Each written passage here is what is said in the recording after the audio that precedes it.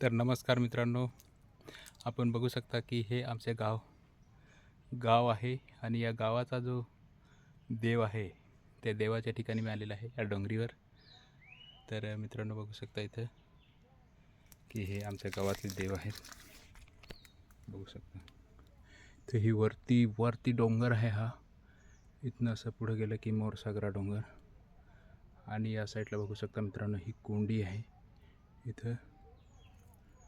तर या साईडला मित्रांनो बघू शकता, या साईडला जी आहे ती नागदेवाने कात सोडलेली आहे आणि हा जो आहे तो आपला पवित्र असा देव आहे या ठिकाणी.